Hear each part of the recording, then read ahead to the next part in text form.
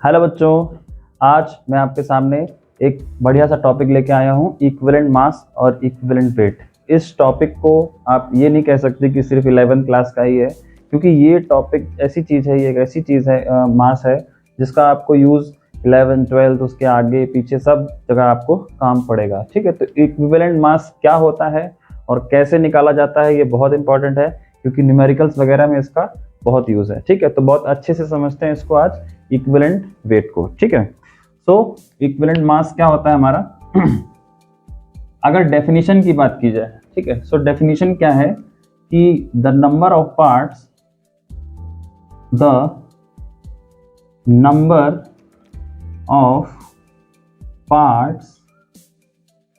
By mass, बहुत ध्यान से समझिएगा, of a substance. Equivalent weight क्या होता है? The number of parts by mass of a substance which combines with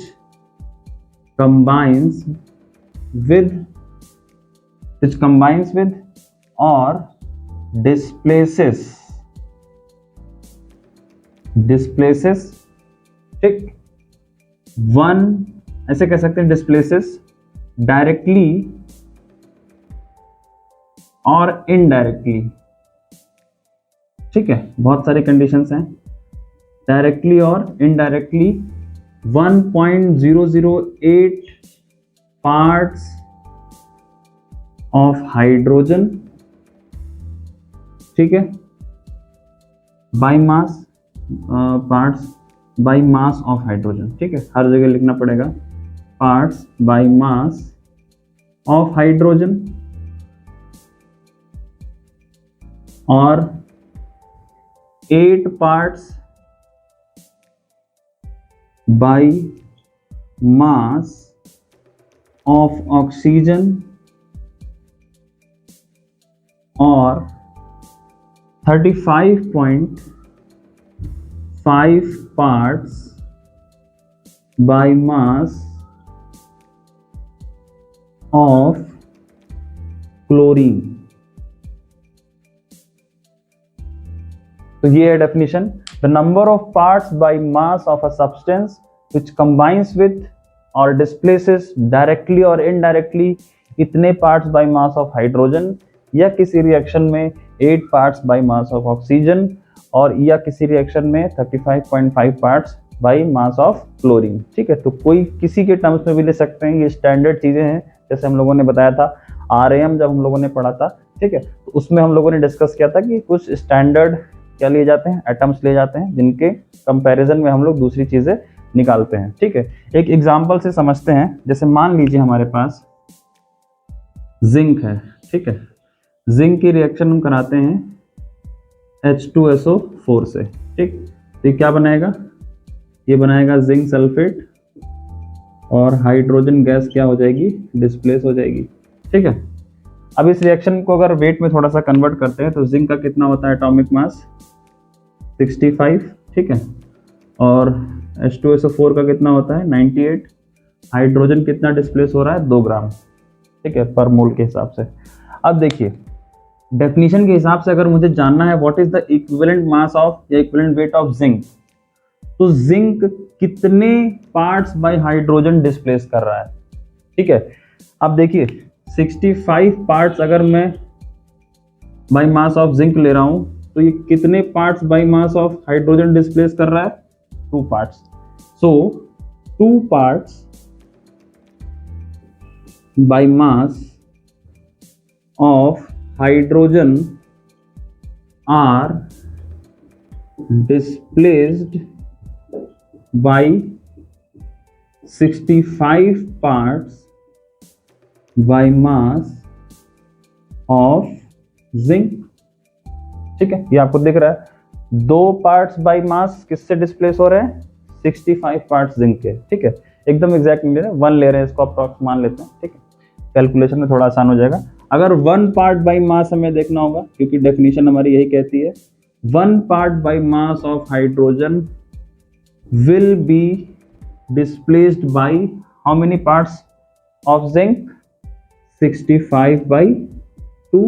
मतलब कितना हो जाएगा 32.5। ठीक, तो ये 32.5 जो हो गया इस रिएक्शन के लिए जिंक का क्या हो गया इक्विवेलेंट मास। ठीक है, इक्विवेलेंट मास एक चीज ध्यान रखिएगा, कोई जरूरी नहीं है कि फिक्स हो, कांस्टेंट वैल्यू नहीं होती है, हर जगह अलग अलग हो सकता है। ठीक है, जैसे इस रिएक्शन में जिंक की वैल्यू अगर इतनी आ रही है, हो सकता है किसी और में कहीं कुछ और आ रहा हो, इसका कुछ और आ रहा हो, है ना, हो सकता है, क्योंकि वो डिपेंड करता है कितने पार्ट्स बाय हाइड्रोजन डिस्प्लेस कर रहा है या किसी और से कंपेयर कर रहे हैं अगर। अब मान लीजिए हमें भाई जिंक का निकल गया, इक्विवेलेंट मास कितना है 32.5, ये हमारा आ गया जिंक का। अब मान लीजिए मुझे H2SO4 का निकालना है, तो सेम चीज सिमिलरली फॉर H2SO4, H2SO4 भी क्या कर रहा है, इसको भी ये भी तो कह सकते हैं भाई कितने हाइड्रोजन पार्ट्स के डिस्प्लेस कर रहा है, 2 पार्ट्स, तो इसका मास कितना होता है 98, तो इक्विवेलेंट वेट कितना हो जाएगा इसका, equivalent weight will be equal to 98/2, 98 parts displace हो रहे हैं, तो 2 पार्ट हाइड्रोजन के निकल रहे हैं। ठीक है, अगर ये लग रहे हैं 98 तो 2 पार्ट हाइड्रोजन के निकल रहे हैं, एक पार्ट अगर निकालना है तो 98/2 मतलब 49। ठीक है, तो ये हमारा इक्विवेलेंट वेट किसका हो गया H2SO4 का। तो ये अकॉर्डिंग टू डेफिनेशन है। ठीक है, अब हर जगह हम लोग रिएक्शन नहीं लिखेंगे, हर जगह हम लोग ये पूरा डेफिनेशन बार बार नहीं लगाएंगे कि भैया ऐसे निकालो वैसे निकालो, लेकिन अगर लॉजिकल देखा जाए तो कुछ इस तरह से निकाला जाता है। अगर किसी रिएक्शन में क्लोरीन या ऑक्सीजन का दिया हो तो वहां पर भी आप ऐसे ही निकालेंगे। ठीक, अब कुछ फॉर्मूलाज होते हैं for the calculation of equivalent mass, directly निकाल सकते हैं विदाउट रिएक्शन। ठीक है, तो अगर हम लोग इक्विवेलेंट मास निकालते हैं या इक्विवेलेंट वेट निकालते हैं ऑफ एन एलिमेंट, तो ध्यान से समझिएगा, हर चीज का इक्विवेलेंट वेट निकालने के लिए हमारे पास अलग अलग फॉर्मूले हैं। ठीक है, जैसे एलिमेंट का निकालना है तो कुछ और फॉर्मूला है, एसिड का निकालना है तो कुछ और, बेस का निकालना है तो कुछ और, ऑक्सीडेंट और रिडक्टेंट का निकालना है तो कुछ और, सब सारे फॉर्मूले हम लोग अभी धीरे धीरे डिस्कस करते हैं। तो first of all equivalent weight of an element, इसका फॉर्मूला क्या होता है। ठीक है, इसका फॉर्मूला होता है atomic mass of element divided by उसकी वैलेंसी। ठीक है, जैसे आपको मान लीजिए किसका निकालना है, मान लीजिए आपको ऑक्सीजन का निकालना है, इक्विवेलेंट वेट ऑफ ऑक्सीजन, तो कितना होता है एटॉमिक मास 16, वैलेंसी कितनी होती है 2, कितना आ जाएगा 8। ठीक है, सोडियम का निकालना है मान लीजिए, तो कितना होता है 23 डिवाइडेड बाय 1, कितना हो गया 23। ठीक है, तो ये बहुत आसान सी चीज़ है, एलिमेंट का निकालना है अगर किसी का। ठीक, तो क्या होगा उसका एटॉमिक मास जो हम लोग डिस्कस कर चुके हैं और डिवाइडेड बाय उसकी वैलेंसी। ठीक है, वैलेंसी आपने 9th और 10th क्लास में पढ़ा होगा कैसे निकालते हैं। तो आगे बढ़ते हैं हम लोग नेक्स्ट फॉर्मूले पे। अगर एलिमेंट का निकालना है तो आपके सामने है। ठीक,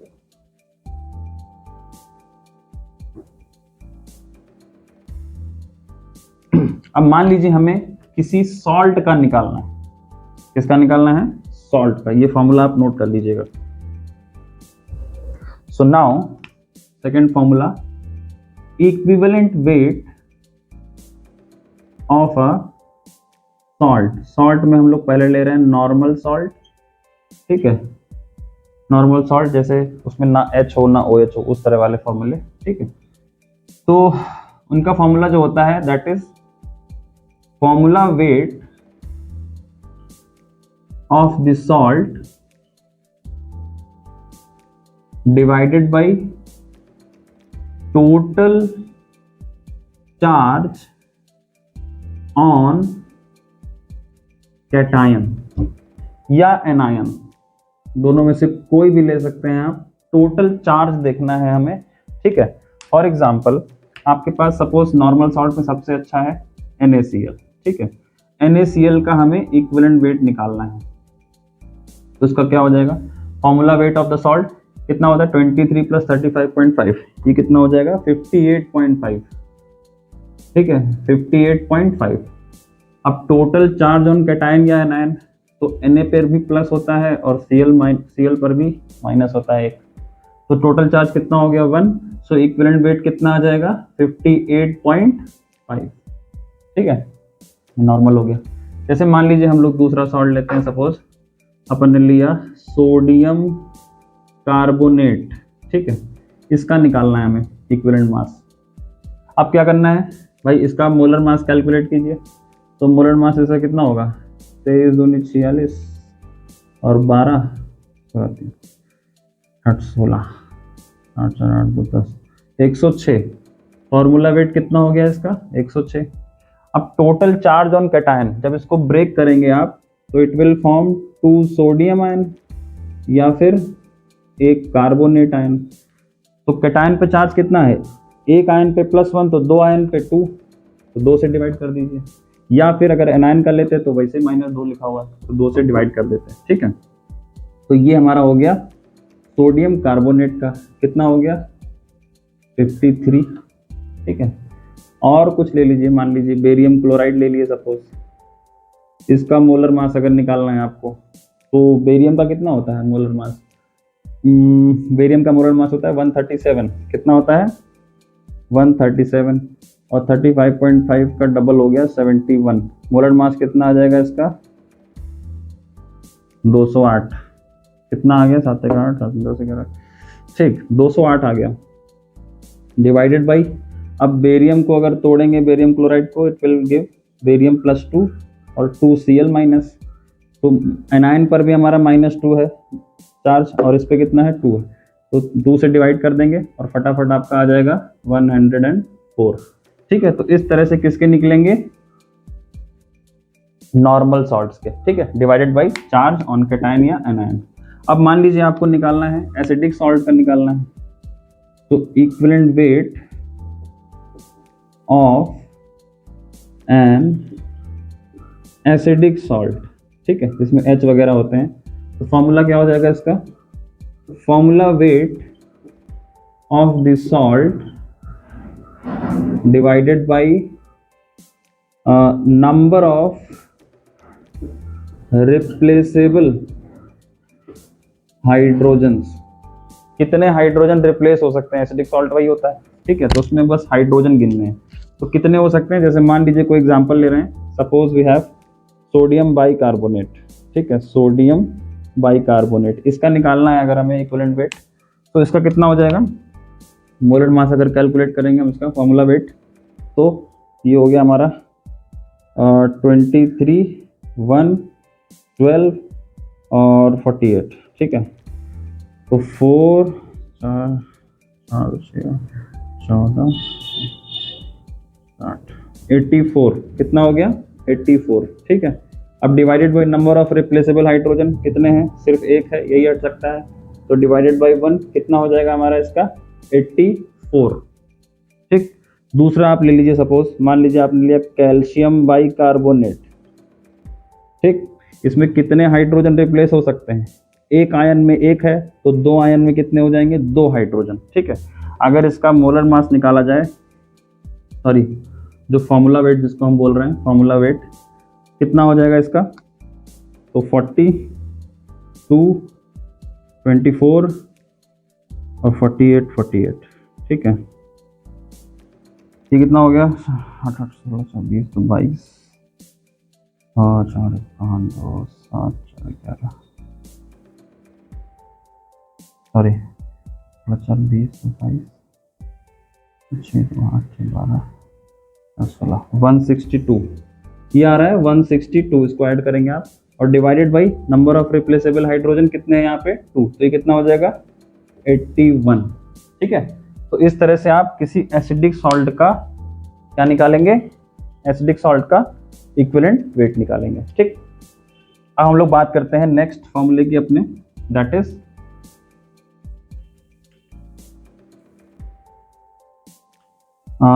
इसको हटा देता हूँ फिर बताता हूँ। हम लोग बात करते हैं किसी एसिड की, ठीक है, एसिड में हम लोग किस तरह से क्या निकालेंगे इक्विवेलेंट वेट निकालेंगे, ठीक।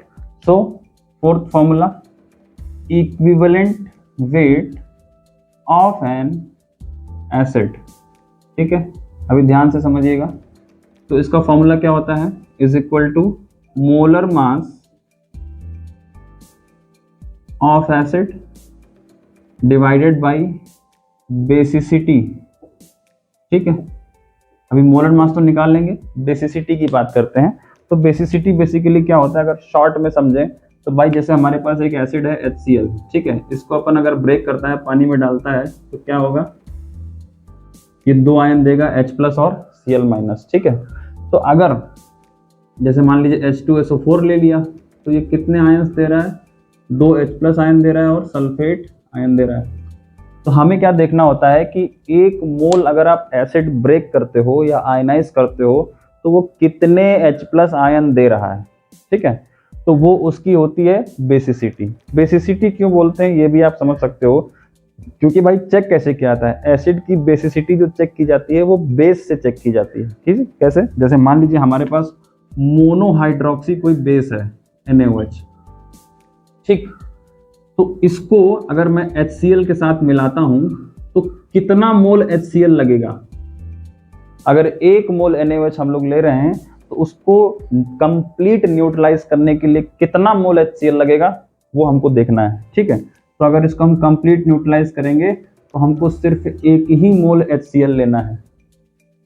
तो इसीलिए इसकी बेसिसिटी कितनी हो गई, 1, क्योंकि ये 1 मोनोहाइड्रोक्सी बेस को न्यूट्रलाइज कर सकता है बड़ी आराम से। ठीक, अब मान लीजिए H2SO4 की बेसिसिटी अपन 2 बोल रहा है, क्यों, क्योंकि H2SO4 का अगर 1 मोल लेंगे, ठीक है, और इसको मैं सोडियम हाइड्रोक्साइड के साथ रिएक्शन कराता हूं तो ये बनाएगा Na2SO4 और वाटर।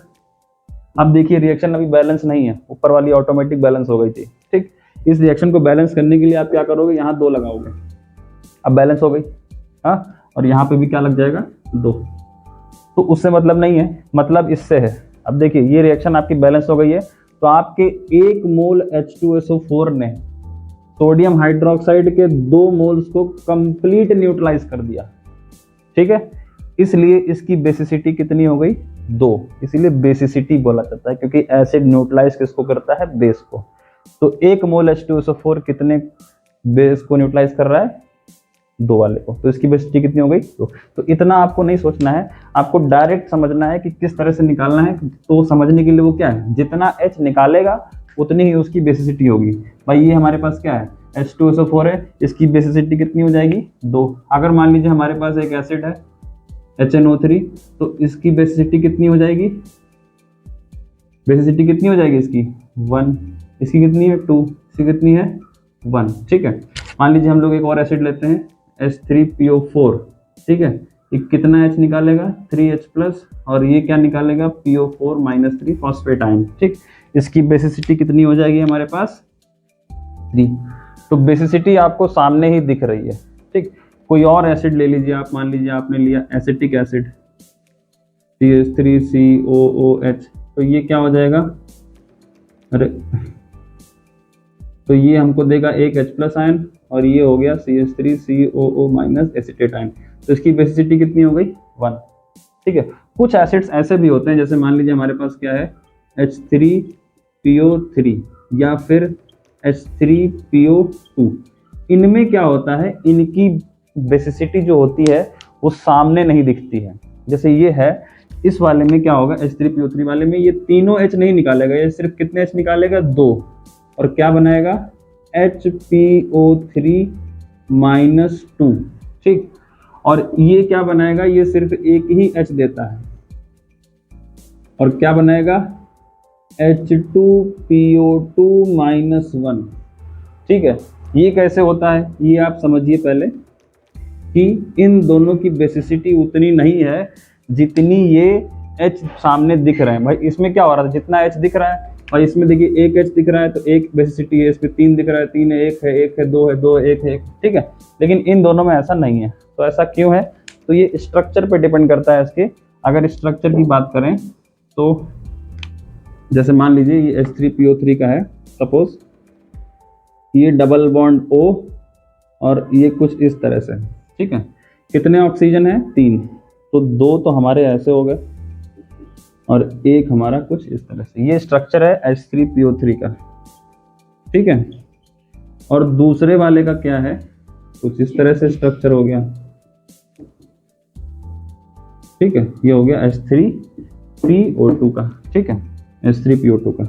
अब देखिए इसमें 3 की बजाय 2 H क्यों रिप्लेस हो रहे हैं? क्योंकि इसमें सिर्फ 2 ही H ऐसे हैं which are directly attach to most electronegative atom, मतलब सबसे ज्यादा इलेक्ट्रोनेगेटिव एटम इसमें यही है ऑक्सीजन। तो इनसे डायरेक्टली अटैच है सिर्फ 2 हाइड्रोजन, तो ये फट से निकल जाते हैं क्योंकि इनका इलेक्ट्रॉन क्या करता है, ऑक्सीजन खींच लेगा।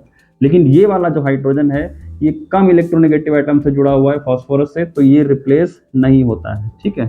नॉन आयनाइजेबल, क्या है ये आयनाइज नहीं होता। तो 3 हाइड्रोजन होने के बावजूद भी सिर्फ 2 H प्लस निकाल रहा है क्योंकि सिर्फ 2 ही ऐसे हाइड्रोजन हैं जो ऑक्सीजन से डायरेक्टली अटैच है। अब ऐसे इसमें देखिए, इसमें ऑक्सीजन से कितना अटैच है, सिर्फ एक ही, तो यही रिप्लेस हो सकता है। ये दोनों हाइड्रोजन ये रिप्लेस नहीं होंगे क्योंकि ये फॉस्फोरस से जुड़े हैं, इनका इलेक्ट्रॉन फॉस्फोरस खींचेगा नहीं, और जब खींचेगा नहीं तो H प्लस निकलेगा नहीं, ठीक है।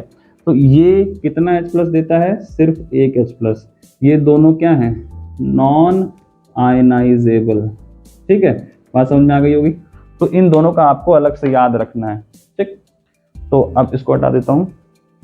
तो बेसिसिटी आपको आ गई होगी। तो बेसिसिटी आपको जिन एसिड्स के सामने दिख जा रही है फटाफट ये रहे, और जो नहीं दिख रही है वो भी बता दिए आपको। तो आप सिंपल से आप निकाल सकते हो। भाई अपन को HCl की निकालनी है, तो HCl का मोलर मास कितना होता है, 36.5 डिवाइडेड बाई बेसिसिटी कितनी है, 1, ठीक है। अगर H2SO4 का निकालना है तो H2SO4 का कितना होता है मोलर मास, 98 डिवाइडेड बाई 2 कितना हो गया, 49, ये कितना हो गया 36.5। इस तरह से इसकी निकालिए, इसकी निकालिए, इसकी निकालिए, ठीक है। तो ये आपके एसिड्स का हो गया। अब हम लोग अगला फॉर्मूला पढ़ते हैं, एसिड्स का हो गया। अब मान लीजिए बेस का निकालना है, equivalent weight of a base, ठीक है। तो वही चीज है, molar mass of the base, molar mass of the base divided by acidity, ठीक है। जिस तरह से एसिड की बेसिसिटी होती है उसी तरह से बेस की एसिडिटी होती है कि वो कितने मोल्स HCl को क्या कर देता है, न्यूट्रलाइज कर देता है, ठीक। तो एसिडिटी निकालने के लिए बहुत आसान है, आपको करना क्या है, जैसे यहाँ पे H प्लस आयन काउंट किए जाते थे, यहाँ पे क्या काउंट किया जाता है, OH माइनस आयन, ठीक है। ये OH माइनस आयन हो गया। ये NaOH कितने OH माइनस आयन दे रहा है, 1, इसकी एसिडिटी कितनी हो गई, 1। अब मान लीजिए आपके पास क्या है, कैल्शियम हाइड्रोक्साइड है, तो कैल्शियम हाइड्रोक्साइड Ca+2 है, तो कितने OH माइनस आयन देगा, 2। बेसिसिटी कितनी हो गई, एसिडिटी कितनी हो गई, 2। एल्यूमिनियम हाइड्रोक्साइड है तो Al+3 कितने OH माइनस आयन दे रहा है, 3। कितने हो गई इसकी एसिडिटी, 3, ठीक है। आपको निकालना है सिंपल, मान लीजिए NaOH का निकालना है इक्विवेलेंट वेट, तो कितना हो जाएगा, मोलर मास कितना होगा NaOH का, 40, 23, 16, 39, ठीक है, 40 होता है, 40/1, 40, ठीक है। कैल्शियम हाइड्रोक्साइड का अगर निकालना है तो आप फटाफट निकाल सकते हो। कैल्शियम का मोलर मास कितना होता है, 40, ऑक्सीजन 16 दूनी 32, और ये 2 कितना हो गया, 4, 4, 3, 7, 74, ठीक, पक्का, 32, 34, 34, 40, 74, ठीक है, डिवाइडेड बाई एसिडिटी कितनी है, 2, तो ये कितना हो जाएगा, 37, ठीक है।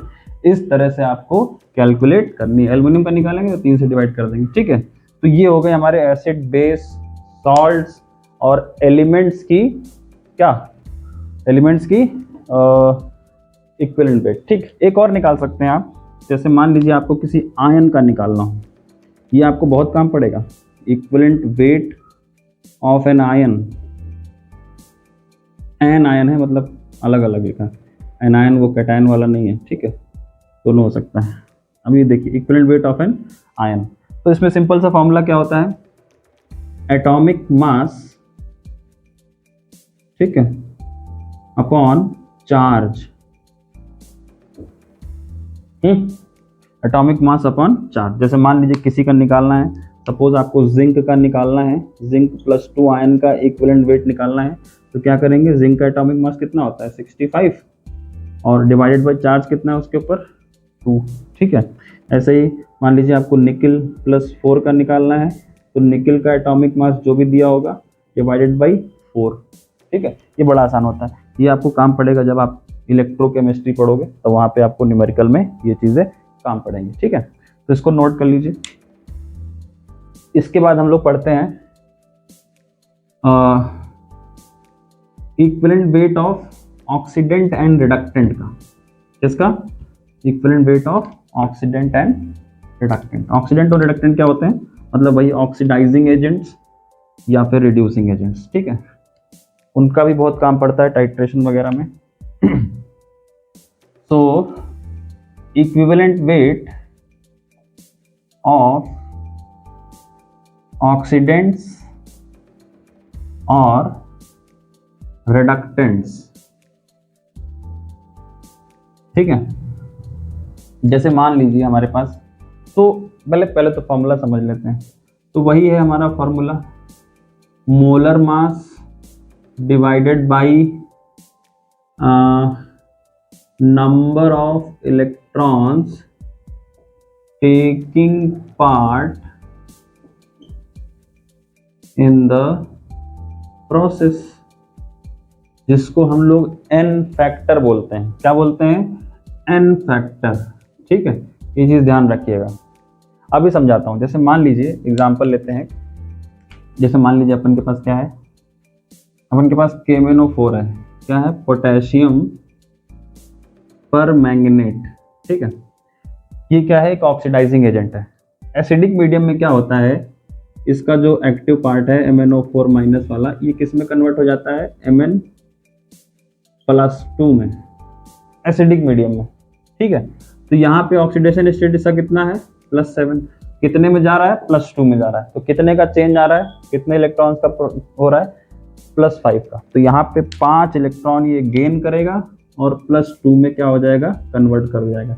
तो इसका एन फैक्टर कितना हो गया? 5। तो इसका जो मोलर मास होगा, इक्विवेलेंट वेट अगर निकालना होगा हमें इसका इस प्रोसेस में, तो KMnO4 का मोलर मास कितना होता है? 158, ठीक है ना। हाँ, 158 होता है। और इसमें कितने इलेक्ट्रॉन्स का पार्टिसिपेशन है? 5। इसको सॉल्व करेंगे तो कितना आ जाएगा?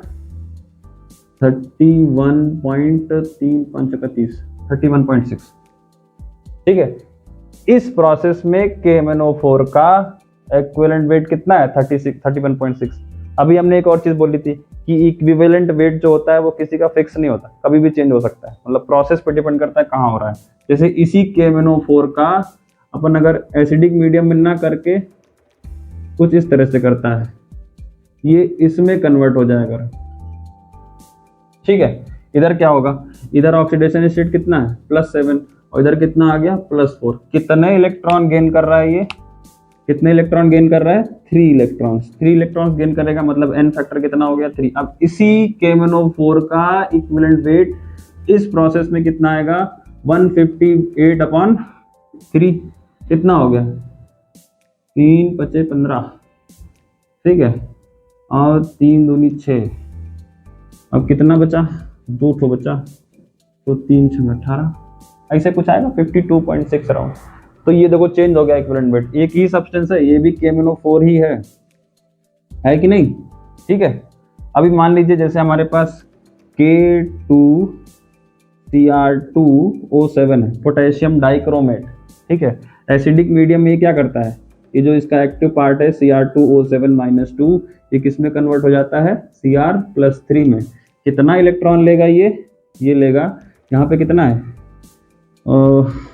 +3, 7 दूनी 14। अब देखिए ध्यान से, यहाँ पे ये जो है +6, कितना है ये? +6, 6 दूनी 12, ठीक है। कितने इलेक्ट्रॉन का एक्सचेंज होगा यहाँ पे? 3 इलेक्ट्रॉन का। कितने इलेक्ट्रॉन्स का होगा? 3 इलेक्ट्रॉन का, ठीक।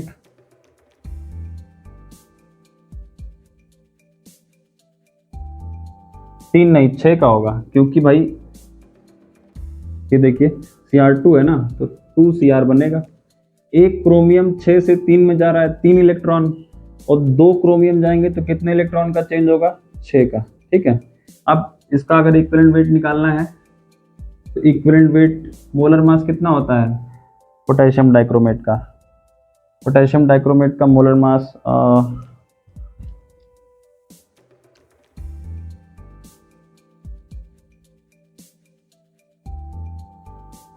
294 कितना होता है 294, ठीक है। तो ये है हमारा 294 और डिवाइडेड बाई 6, ठीक है। ये कितना आ जाएगा, तो 4 टाइम्स और 49,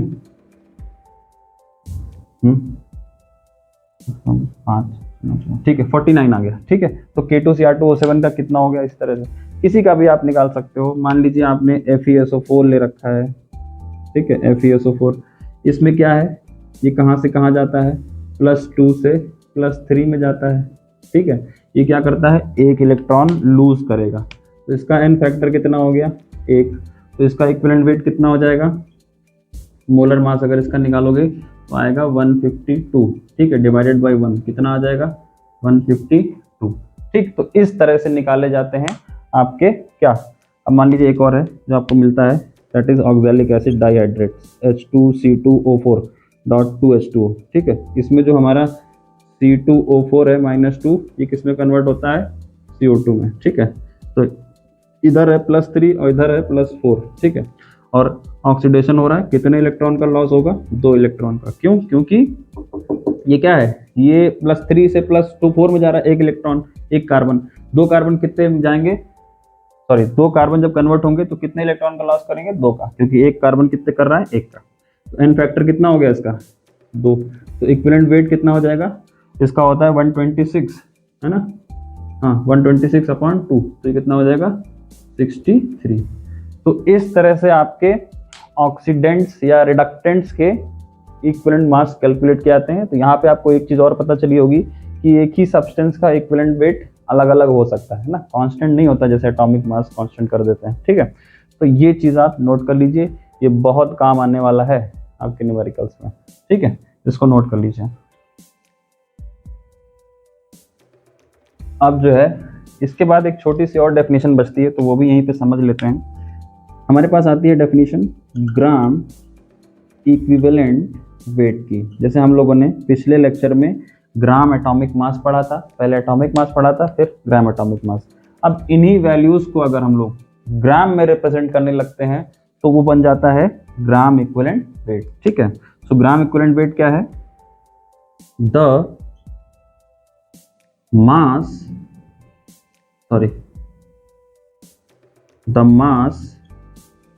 in grams of a substance, the mass in grams of a substance which is numerically equal to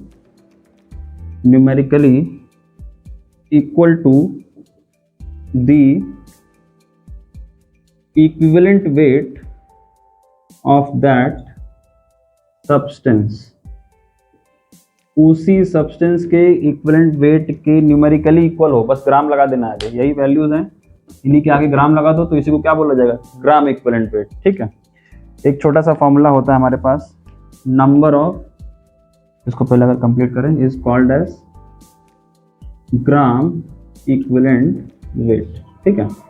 अब देखिए, अगर एक फॉर्मूला है हमारे पास, नंबर ऑफ ग्राम इक्विवेलेंट्स, ठीक है, number of gram equivalents is equal to mass in grams of the substance, ठीक है, mass in grams of the substance divided by gram equivalent weight of substance, ठीक है।